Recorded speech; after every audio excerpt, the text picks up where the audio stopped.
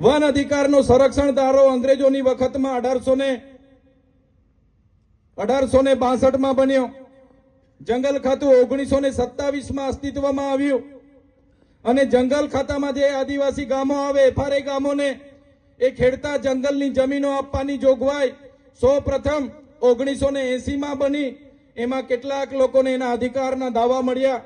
ત્યારબાદ વન અધિકાર અધિનિયમ 2006 અંતર્ગત જે પણ લોકો જંગલમાં રહેતા હોય, જંગલની જમીન ખેડતા હોય, એમને જમીન આપવાની જોગવાઈ કરવામાં આવી.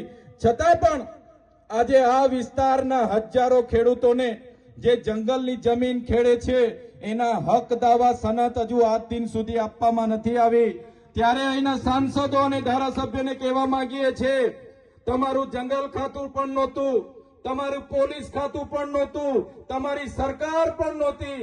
એ હજારો વર્ષથી આ જંગલો અને અમારા આદિવાસીઓ હતા. આ જમીનો અમારી છે ને અમે લઈને જંપીશું.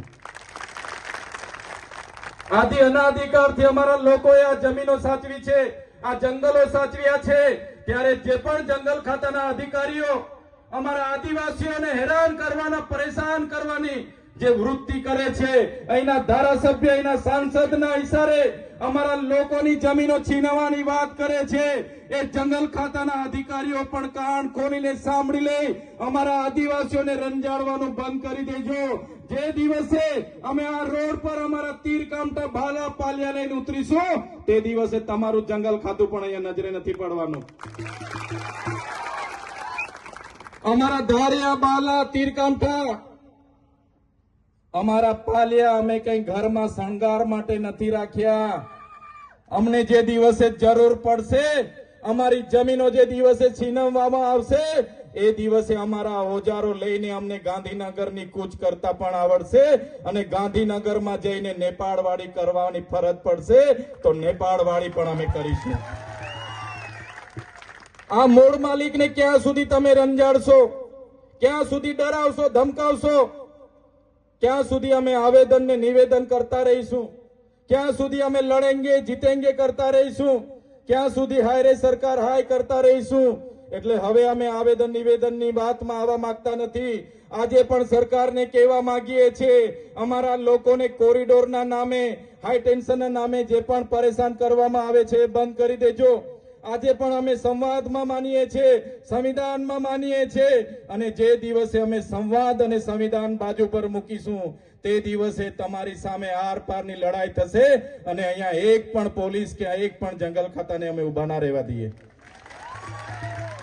સાથીઓ, આમ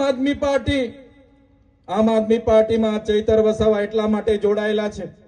ચૈતર વસાવાને જો પૈસાની જરૂર રહેતે તો મારી સાથેના તમામ અધિકારીઓ આજે ટીડીઓ છે, વિસ્તરણ અધિકારી ખેતીવાડીમાંથી રાજીનામું આપીને આ જાહેર જીવનમાં આવીને આમ આદમી પાર્ટીમાં અમે જોડાયેલા છે, વિચારધારામાં અમે જોડાયેલા છે. જે પ્રકારે ઝારખંડના મુખ્યમંત્રી શ્રી હેમંતભાઈ સોરેને ગયા બુધવારે અનુસૂચિ 5, અનુસૂચિ 6 ત્યાં લાગુ કરી, પૈસા એક્ટ ત્યાં લાગુ કર્યો. જો આમ આદમી પાર્ટીની સરકાર બનશે, હું તમને ખાતરી આપું છું, સૌથી પહેલું કામ પૈસા એક્ટ અને અનુસૂચિ 5 લાગુ કરવાનું અમારું હશે. ગુજરાતમાં અનુસૂચિ 5 લાગુ કરવાની જવાબદારી અમે લઈએ છીએ. પણ મારા યુવાનો, મારા વડીલો, મારી માતા બહેનો સૌ અહીંયા ઉપસ્થિત થયા છો. હવે કોઈને રાહ જોવાની જરૂર નથી. હું તમને આહવાન કરું છું, રાજનીતિથી દૂર ભાગવાની જરૂર નથી. તમે પણ રાજનીતિમાં આવો, તાલુકા જિલ્લા પંચાયતની ચૂંટણી લડો, જીતો. આવનારી વિધાનસભા લડો, જીતો. 2027માં ગુજરાતમાં આમ આદમી પાર્ટીની સરકાર બનાવો. આમ આદમી પાર્ટીની સરકાર જે દિવસે બનશે એ દિવસે આદિવાસી હશે, વંચિતો હશે, દલિતો હશે, ખેડૂતો હશે, કર્મચારીઓ હશે, આઉટસોર્સિંગના કર્મચારીઓ હશે, એ બધા જ માટેનું કામ આમ આદમી પાર્ટી કરશે એની હું તમને ખાતરી આપું છું.